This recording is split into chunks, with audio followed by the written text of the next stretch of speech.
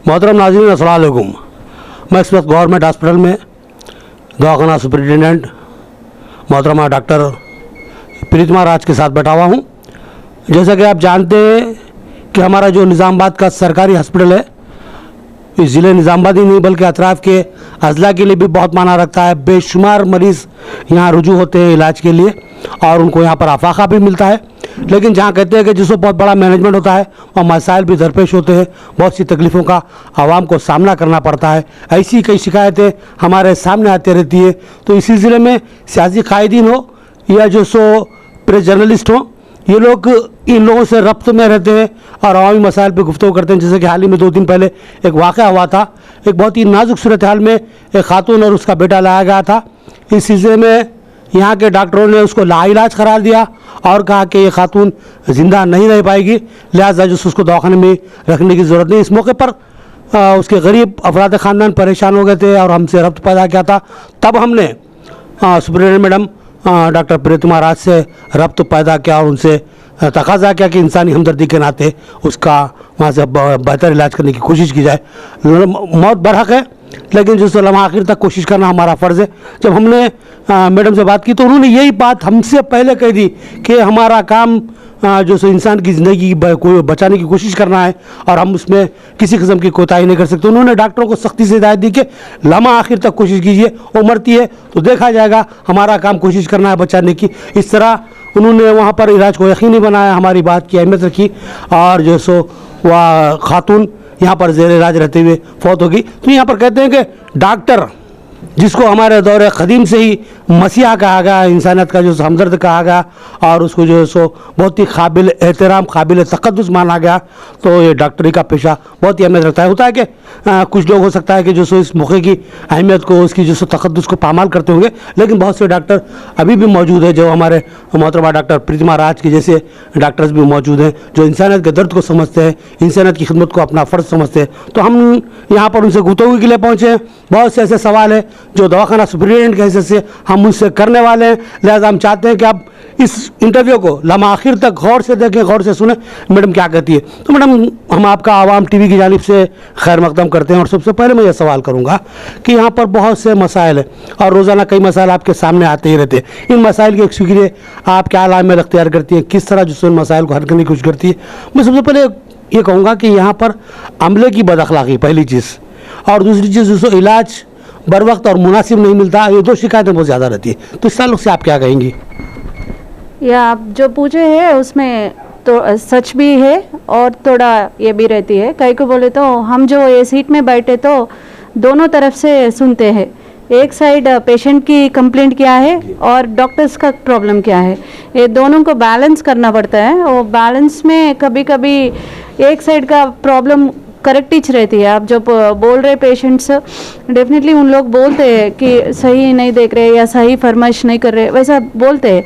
लेकिन जब हम देखें तो डॉक्टर्स से सुनते हैं और क्या प्रॉब्लम हुआ बोले तो पेशेंट्स ऐसा रूड बात करे, इमीडिएट ट्रीटमेंट पूछे तो थोड़ा क्राउड ज़्यादा है तो इसकी वजह से थोड़ा गैप्स आते। लेकिन हम डॉक्टर्स को समझाते हैं कि पेशेंट्स जब हॉस्पिटल पहुंचते तो कुछ प्रॉब्लम से पहुंचते, कोई नॉर्मल आके ऐसा ये शॉपिंग मॉल नहीं है या मूवी थिएटर नहीं है जैसा आके जाने के लिए कुछ तकलीफ़ या कष्ट है तो ही उन लोग हॉस्पिटल को आते। वो तकलीफ़ हम लोगों को समझना चाहिए। जो आप ट्रीटमेंट करते सब करते तो एक साइड उसकी आप उसका प्रॉब्लम क्या है हम समझ के थोड़ा अच्छा फरमाइश करे तो बेटर रहती। सो ये दोनों का ऑलवेज प्रॉब्लम से ही चलते रहते हैं। सो ओपी भी आपको मालूम है अभी पहले से बहुत बढ़ चुका है और आईपी भी बहुत बढ़ चुका है।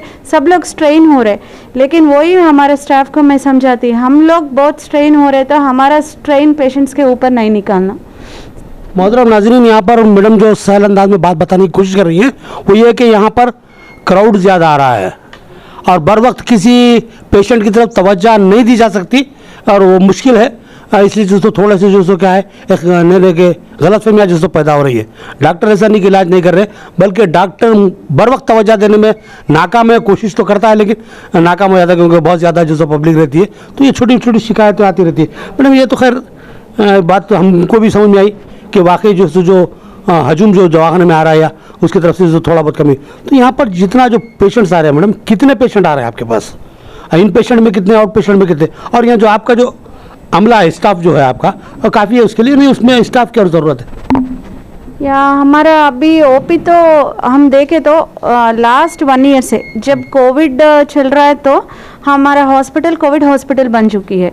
नॉट ओनली कोविड हॉस्पिटल, अभी आप गांधी सोचे तो ओनली कोविड पेशेंट्स को ट्रीट कर रहे थे उन लोग, लेकिन हमारे हॉस्पिटल में एक विंग में कोविड चल रहा था, एक विंग में नॉन कोविड चल रहा था। दोनों मैनेज करें हम लोग, अच्छे से मैनेज करें।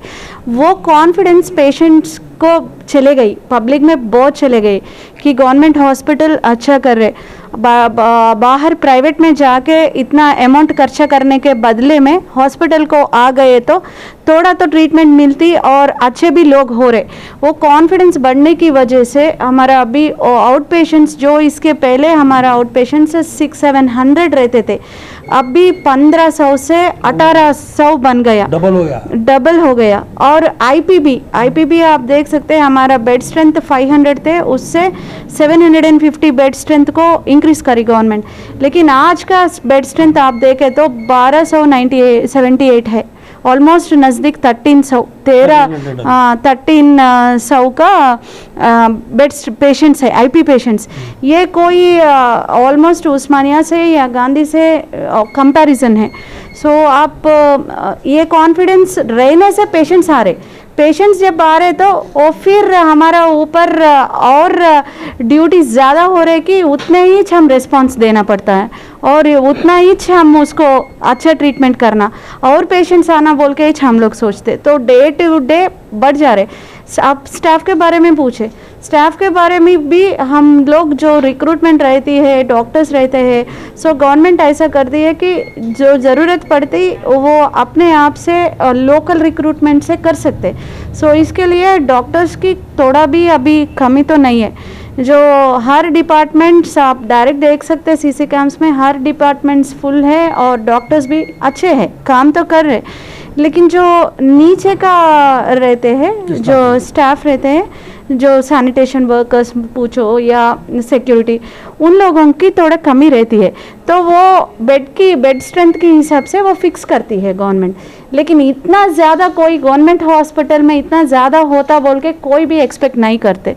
सो वो स्ट्रेंथ थोड़ा मिसमैच है, लेकिन वो मिसमैच है बोल के हम गवर्नमेंट को रिप्रेजेंट कर दिए। शायद अभी जल्दी ही कुछ डिसीजन हो के हमारा स्ट्रेंथ भी इंक्रीज हो जाएंगे। जब फर्स्ट मैं कंग्रेचुलेशंस और थैंक यू मेरे लोअर ग्रेड स्टाफ को बोलना चाहती। कई को बोले तो एक 5 जने का 4 जने का काम भी उन लोग इतना कर रहे कि मेरा बात करने का तरीका या डॉक्टर्स का ये देख के उन लोग नको वो नहीं बोलते, अम्मा ये वार्ड में कोई नहीं आए, आप वो वार्ड को भी जाओ बोले तो कभी भी नहीं बोलते, फिर जाके करते। तो इसके लिए हमारे लोगों को, ये 4th क्लास लोगों को मैं बधाई देना चाहती हूँ। मैडम ने शिकायत तो नहीं की, लेकिन ये बात बता दी कि इनके पास जो मेडिकल जो स्टाफ है वो तो जो मौजूदा जो क्राउड आ रहा है उसके हिसाब से फुलफिल तो हो जा रहा है, लेकिन ज़्यादा नहीं कहा जा सकता, ना जो सो बराबरी में कहा जा सकता, कुछ को कम पड़ रहा है। लेकिन जो निचला स्टाफ है, जो सो दूसरे काम करता है, जो वो स्टाफ में जो सो भारी कमी है और उसमें इजाफा होना चाहिए। जैसा कि मैडम ने बताया कि जहाँ 700 आदमी आना था वहाँ 1500 नहीं, डबल हो गए। तो यहाँ पर जो सो स्टाफ का बढ़ाया जाना और जो सो सहूलतों का बढ़ाया जाना इंतहाई ज़रूरी है, क्योंकि मैंने पहले बताया था स्टार्टिंग में कि अतराफ के जो अजला है, जैसे आदिलाबाद है, करीमनगर है, जगतियाल है, मेदक है, कामरेडी है, यहाँ पर भरोसा करके निज़ामबाद का रुख कर रहे हैं लोग। यहाँ के स्टाफ पे भरोसा कर रहे हैं, यहाँ के इलाज पे, इसके ट्रीटमेंट पे भरोसा करके यहाँ आ रहे हैं। तो ये बहुत बड़ी बात है, ये बहुत बड़ी कामयाबी है। मैं यहाँ के स्टाफ को, एक एक डॉक्टर को और एक एक जो सो अमले के एक एक फ़र्द को जो सो मुबारकबाद देता हूँ कि उन्होंने मेहनत की। खामियात होती है, एक घर में अगर 5 अफराद रहते हैं तो 5 अफराद में कोई ना कोई तो गलती करते रहता है। यहाँ एक 1500 आदमी का स्टाफ है, अगर 1000 आदमी का स्टाफ है तो 1000 आदमी के स्टाफ में 2-4 आदमी अगर गलती करते हैं तो उसको गलती नहीं कहा जा सकता। लेकिन कोशिश ये होनी चाहिए कि ज़्यादा से ज़्यादा बेहतर इलाज फराहम किया जाए कि लोग भरोसा करके आते हैं यहाँ पर। अपनी ज़िंदगियों को जो है यहाँ पर इस उम्मीद पे लाते हैं कि जो हमारी ज़िंदगी यहाँ बचाई जा सकती है, और यहाँ हो भी रहा है, बचा भी रहे हैं, कोशिश भी कर रहे हैं। न्यू जनरेशन जो आ रहा है डॉक्टरों का, और बहुत ही मेहनती है। जैसा कि मैडम ने बताया कि इनका जो जूनियर स्टाफ भी और जो सीनियर स्टाफ भी जहाँ ये कहती है तो बराबर जो ड्यूटी अंजाम देते हैं, बहुत अच्छी चीज़ है। लेकिन यहाँ पर जो मेन सवाल उठ के आ रहा है, जैसे कि सिटी स्कैन का मामला है, हमारे स्कैन का मामला है, गुस्सा कई दिनों से मशीनें ख़राब हैं, ऐसे बहुत सी जो मुश्किलात है। तो ये जो टेक्निकल जो आलात की जो सरबराही है, क्या गवर्नमेंट की तरफ से नहीं हो रही है? आपको बर वक्त जो सो इसको जो सो सुधारने के लिए, मरम्मत करने के लिए, या नया जो सो सिस्टम फराहम करने के लिए कोशिश नहीं की जाती? इस साल से आपने रिप्रेजेंट किया है। आप पूछे, अच्छे है कि अच्छे क्वेश्चन है। सीटी स्कैन मशीन 216 में दिया हुआ है। हर मशीन ऐसा बड़े जो मशीन्स रहते हैं तो ऑलमोस्ट 5 इयर्स अच्छे काम करते हैं। 5 इयर्स के बाद से रिपेयर स्टार्ट करना हो जाता।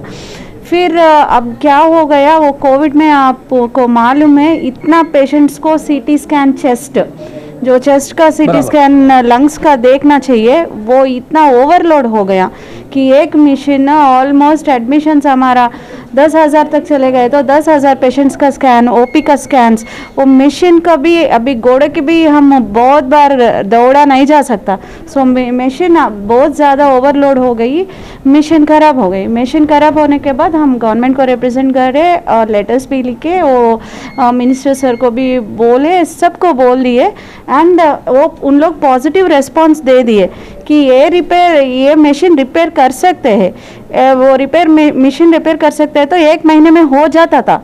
अभी 3 महीने तक टाइम नहीं रहती थी, 1 महीने में होता था। लेकिन क्या रिजल्ट आती है, फिर भी वो मशीन फिर खराब हो जाती है।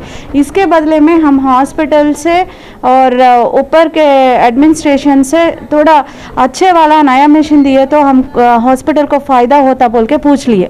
यहाँ एक बात बहुत अहमियत की हामिल है, ये मशीन रिपेयर हो सकता है लेकिन फिर कितने दिन चलेगा गारंटी नहीं है।